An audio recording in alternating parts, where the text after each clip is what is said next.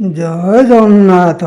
नमस्कार प्रिय दर्शक बंधु, मु गिरिजा प्रसाद साहू गिरिधारी आपण मानू मो ओडिया साहित्य कार्यक्रम को स्वागत जनाऊँगी।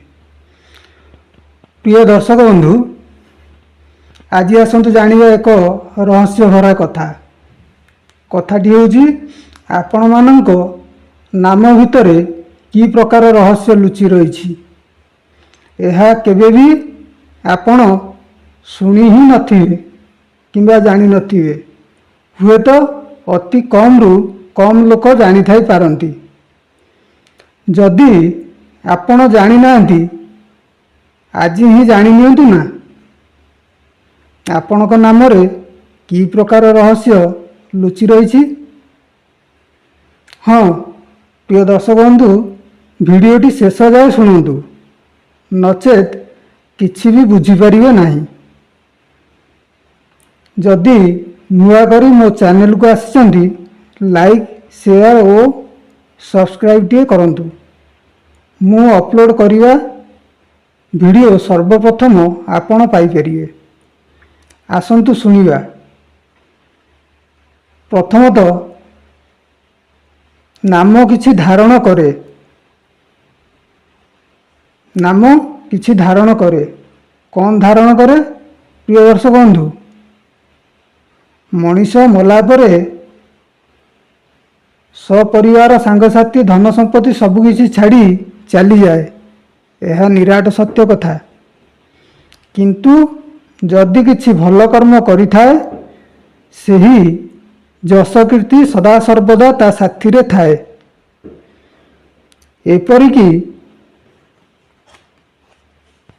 एपरिकी तार छवि को लोक भूली जाई पारंती, किंतु तार नाम को सर्वदा मन पकई थांती।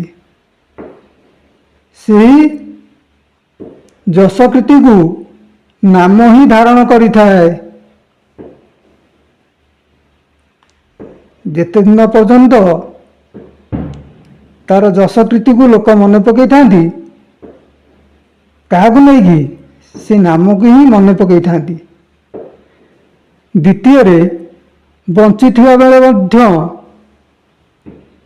बंचिथिबा समय रे मध्य से समाज रे सेही नाम माध्यम रे तार स्वतंत्र परिचय सृष्टि करि थाए। तृतीय कथा हला प्रत्येक नामधारी रो नाम रे एक प्रकार कला रही। एवं मध्य आपण माने सुनिथिबे किछि विशिष्ट प्रतिष्ठित लोक माने मध्य अस्ट्रो बा न्यूमरोलॉजी को फॉलो करी तांको नाम रे परिवर्तन करिसंती। कौन पे आज्ञा? नाम रे एक प्रकार प्रभाव और शक्ति लुचि रही। कथारे अछि, आम ओडिया रे एक कथा अछि, नामर मध्य रही कला, नामर मध्य रही कला 16 कला रे नंद बला। नामर मध्य रही कला 16 कला रे नंद बला। सेही नंद बला आज्ञा किए? प्रभु श्री कृष्ण। कृष्णଙ୍କ नामरे 16 कला, रामଙ୍କ नामरे 8 कला। एपरी अनेक रहस्य लुचि रही। आउ गोटे कथा मध्य आपण को मन पकई दउछि। त्रेतया युगर कथा।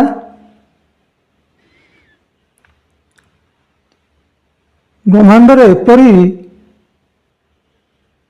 से होउछि सर्वशक्तिमान अस्त्र होउछि राम बाण।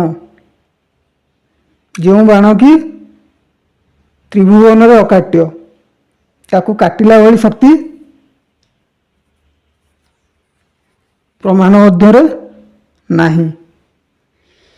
तेणु सेही राम बाणठू मध्य आउरी शक्तिवान थिला किए? रामंकर नाम। रामंकर ନାମ। କାହିଁକିନା ରାମାୟଣରେ ପ୍ରାୟ ଅଳ୍ପ ବହୁତ ସମସ୍ତେ ଜାଣିଥିବେ କାଶୀ ରାଜାକୁ ବଞ୍ଚେଇବା ପାଇଁ ଭକ୍ତ ଶିରୋମଣି ହନୁମାନ ସ୍ୱୟଂ ରାମଙ୍କ ସହିତ ଯୁଦ୍ଧ କରିଥିଲେ। ଯୁଦ୍ଧ ଆଜ୍ଞା କେଉଁଥିରେ କରିଥିଲେ? ସେ କ'ଣ ଅସ୍ତ୍ର ଧରିଥିଲେ? ନା। ତେଣୁ ହନୁମାନଙ୍କ ପାଖରେ ସର୍ବଶ୍ରେଷ୍ଠ ଅସ୍ତ୍ର ଥିଲା ରାମ ନାମ। ସେ ନାମରେ ଏତେ ଶକ୍ତି ଥିଲା ଯେ କି ସ୍ୱୟଂ ପ୍ରଭୁ ଶ୍ରୀରାମ ସେ ମଧ୍ୟ ତାଙ୍କ ଅସ୍ତ୍ର କାମ କରିନଥିଲା। ଶେଷରେ ସେ ପରାଜୟ ମାନିଥିଲେ। ତେଣୁ ଇଏ ଥିଲା ନାମର ଶକ୍ତି ବିଷୟରେ। ଆଉ ଗୋଟେ କଥା ମଧ୍ୟ, ଚତୁର୍ଥ କଥା ହେଲା ନାମରେ ମଧ୍ୟ ମୁକ୍ତି ରହିଛି। ନାମରେ ମଧ୍ୟ ମୁକ୍ତି ରହିଛି, ପାପ ନାଶ ରହିଛି, ଏହା ବେଦ କହେ। ସେପରି କଳାଯୁକ୍ତ ନାମ ଥିବା ଆବଶ୍ୟକ। ସେପରି କଳାଯୁକ୍ତ ନାମ ଥିବା ଆବଶ୍ୟକ। ଯିଏ ନାମ ଧରି ଡାକେ ତାର ପୁଣ୍ୟ ଥାଏ, ଯେ କର୍ଣ୍ଣରେ ଶୁଣିଥାଏ ତାର ମଧ୍ୟ ପୁଣ୍ୟ ଥାଏ। ଏହା କିପରି ସମ୍ଭବ? ଆସନ୍ତୁ ଏକ କାହାଣୀ ମାଧ୍ୟମରେ ଶୁଣିନେବା। କାହିଁକି ପିଲାଟିଏ ଜନ୍ମ ପରେ ତାର 21 ଦିନ ନାମକରଣ କରାଯାଏ? କୌଣସି ଦେବାଦେବୀଙ୍କ ନାମକୁ ଲକ୍ଷ୍ୟ ରଖି। କାରଣ ସେହି ନାମରେ ଶକ୍ତି ଲୁଚି ରହିଥାଏ ଏବଂ ସେ ନାମ ମଧ୍ୟ ମୁକ୍ତି ଦେଇଥାଏ। ତେଣୁ ଦେବାଦେବୀଙ୍କ ନାମକୁ ଲକ୍ଷ୍ୟ ରଖି ପିଲାର ନାମକରଣ କରାଯାଏ। ସୁବର୍ଣ୍ଣ ନଗରୀରେ ଏକ ଦମ୍ପତି ରହୁଥିଲେ। କୁଟୁମ୍ବ କହିଲେ ଦୁଇ ସ୍ୱାମୀ ସ୍ତ୍ରୀ, ଦୁଇ ପ୍ରାଣୀ,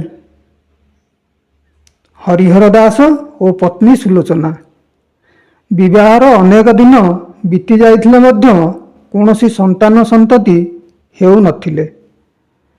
ଅନେକ ପ୍ରକାର ଓଷାବ୍ରତ ପାଳନ କଲା ପରେ ପ୍ରଭୁଙ୍କ କୃପାରୁ ପୁତ୍ର ସନ୍ତାନଟିଏ ଜାତ ହେଲା।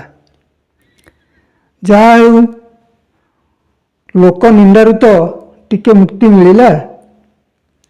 ଅନେକ ଲୋକଙ୍କର ଅନେକ କଥା ରାତି ପାଇଲେ ଶୁଣିବାକୁ ମିଳୁଥିଲା। କେହି କେହି ସୁଲୋଚନାଙ୍କୁ ମୁହଁରେ ମଧ୍ୟ କହି ଦେଉଥିଲେ, ତୁ ଜଣେ ବନ୍ଧ୍ୟା ନାରୀ, ତୋ ମୁହଁ ଚାହିଁଲେ ଅଶୁଭ। ଏପରି କଥା ସୁଲୋଚନାକୁ ବହୁତ ବାଧୁଥିଲା। ଯାହା ହେଉ, ଏସବୁ ନିନ୍ଦା ଓ ଅପବାଦରୁ ତ ମୁକ୍ତି ମିଳିଗଲା। ଭଗବାନ ଦୁଃଖ ଶୁଣିଛନ୍ତି। ଯେଉଁମାନେ ନିନ୍ଦା ଅପବାଦ କରୁଥିଲେ ସେଇମାନଙ୍କର ପ୍ରଶଂସାର ସୁଅ ଛୁଟି ଆସିଲା।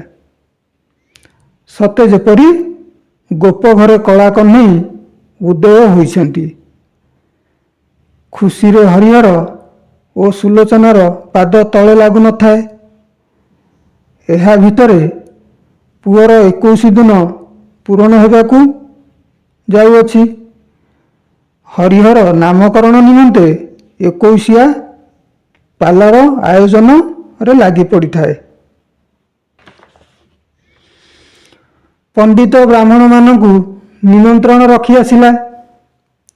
21ରେ ସମସ୍ତେ ଉପସ୍ଥିତ ହେଲେ। ସାଇ ପଡ଼ିଶା ସବୁ ଆସିଲେ। 21 ପାଲା ଧୁମଧାମରେ ପାଳିତ ହେଲା। ଆଶୀର୍ବାଦ ଓ ନାମକରଣ ନିମନ୍ତେ ଶିଶୁକୁ ପଣ୍ଡିତ ସଭାକୁ ଅଣାଇଲେ।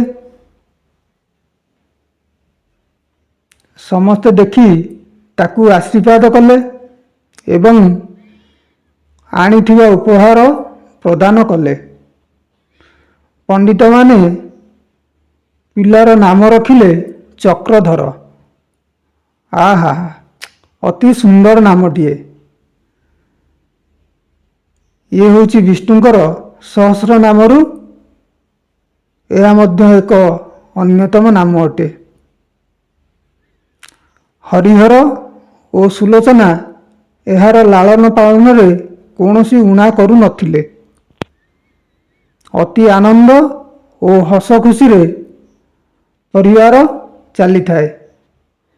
ପିଲାଟି ଧୀରେ ଧୀରେ ବଡ଼ ହେବାକୁ ଲାଗିଲା। ପାଖ ଗ୍ରାମରେ ଏକ ବଡ଼ ଯାତ୍ରା ଆୟୋଜନ ଚାଲିଥାଏ। 12 ବର୍ଷ ପିଲା ଚକ୍ରଧର ସାଙ୍ଗସାଥିରେ ଖେଳିବା ସମୟରେ ତା କର୍ଣ୍ଣରେ ପଡ଼ିଲା।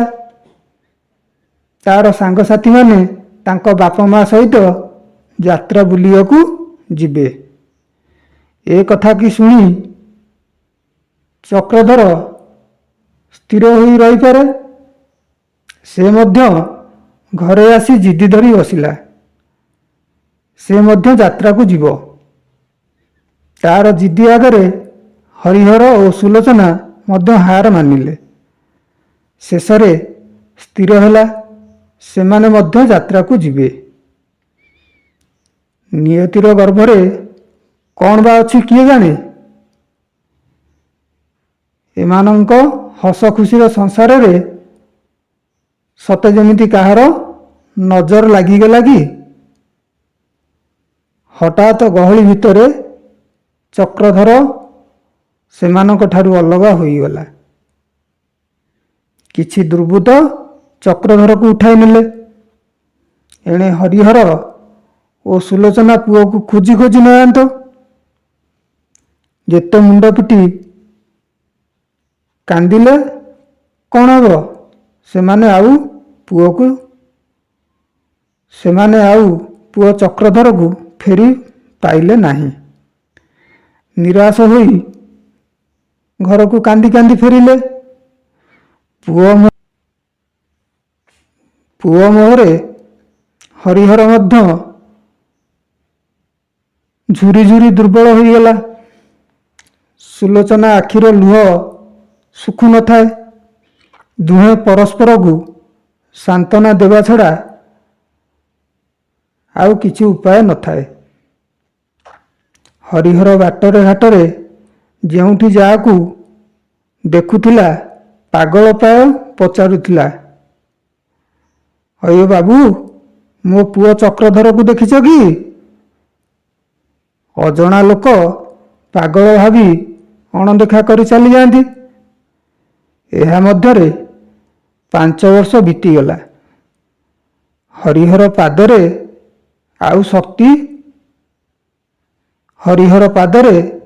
ଆଉ ଚାଲିବାକୁ ଶକ୍ତି ନଥାଏ। ସେ ଶଯ୍ୟାଶାୟୀ ହୋଇଗଲା। ପୁଅକୁ ଅପେକ୍ଷାର ଶେଷ ଆଶା ମଧ୍ୟ ମଉଳିଗଲା। ମୁହଁକୁ ଦାନା ମଧ୍ୟ ବନ୍ଦ ହୋଇଗଲା। ଶେଷ ନିଶ୍ୱାସ ନେବା ସମୟରେ ସେ ହୃଦୟର ସହ ଚିତ୍କାର କରି ଡାକିଲା,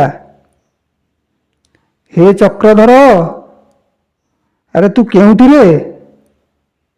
ଟିକେ ମୋ ପାଖକୁ ଆ ଧନ।" ଏ କଥା ପ୍ରଭୁ ବୈକୁଣ୍ଠବାସୀ ବିଷ୍ଣୁଙ୍କ କର୍ଣ୍ଣରେ ପଡ଼ିଲା। ଭାବକୁ ସେ ନିକଟ। ହରିହର ଭାବର ସହ ହୃଦୟରୁ ଡାକିଥିବାରୁ ବୈକୁଣ୍ଠବାସୀ ନାରାୟଣଙ୍କ କର୍ଣ୍ଣରେ କଥାଟି ପଡ଼ିଲା। ସଙ୍ଗେ ସଙ୍ଗେ ପ୍ରଭୁ ନାରାୟଣ ଆସି ଚକ୍ରଧର ପୁଅ ରୂପରେ ହରିହର ପାଖରେ ପହଞ୍ଚିଲେ ଏବଂ ହରିହରକୁ କୋଳାଇ ନେଲେ। ସବୁ ଆନନ୍ଦ କ୍ଷଣିକେ ଫେରି ଆସିଲା। ହରିହର ପ୍ରଭୁଙ୍କ ଅପୂର୍ବ ଦର୍ଶନ ଲାଭ କରି ଦେହ ଛାଡ଼ିଲା। ସେ ମୁକ୍ତି ପାଇଗଲା। ସେ ମୁକ୍ତି ପାଇଗଲା। ସଦା ସର୍ବଦା ଜନ୍ମ ମୃତ୍ୟୁ ଚକ୍ରରୁ ମୁକ୍ତି ପାଇ ବୈକୁଣ୍ଠରେ ବାସ କଲା। ଏପଟେ କ'ଣ ହେଲା ନା, ଲୋକମାନେ ପାର୍ଥିବ ଶରୀରକୁ ଦାହ ନିମନ୍ତେ ଶ୍ମଶାନ ନେଇଗଲେ। ଠିକ୍ ମୁଖାଗ୍ନି ସମୟରେ ଏଣେ ପୁଅ ଚକ୍ରଧର ଦୁର୍ବୃତ୍ତଙ୍କ କବଳରୁ ଖସି ଆସି ପହଞ୍ଚି ଯାଇଥାଏ ଏବଂ ଶୁଣିବାକୁ ପାଇଲା ଯେ ତାର ବାପା ଆଉ ନାହାନ୍ତି। ସେ ଆରପାରିକୁ ଚାଲିଗଲେ। ସେ ମଧ୍ୟ କାନ୍ଦି କାନ୍ଦି ପ୍ରଥମେ ବାପର ମୁଖାଗ୍ନି ଦେଇ ସାରିବା ପରେ ପ୍ରଥମେ ସେ ବାପର ମୁଖାଗ୍ନି ଦେଲା ଏବଂ ପରେ ସବୁ ସତ୍ୟ ପ୍ରକାଶ କରିଲା। ସମସ୍ତେ ଶୁଣି ଆଶ୍ଚର୍ଯ୍ୟ। ତେବେ ମୃତ୍ୟୁ ସମୟରେ ହରିହର ପାଖରେ ସେ କିଏ ଥିଲା? ହରିହର ପାଖରେ ମୃତ୍ୟୁ ସମୟରେ ସେ କିଏ ଥିଲା? ସମସ୍ତଙ୍କ ମନରେ ପ୍ରଶ୍ନ। ସେ ତ ଚକ୍ରପାଣି ବିଷ୍ଣୁ ଥିଲେ ନା।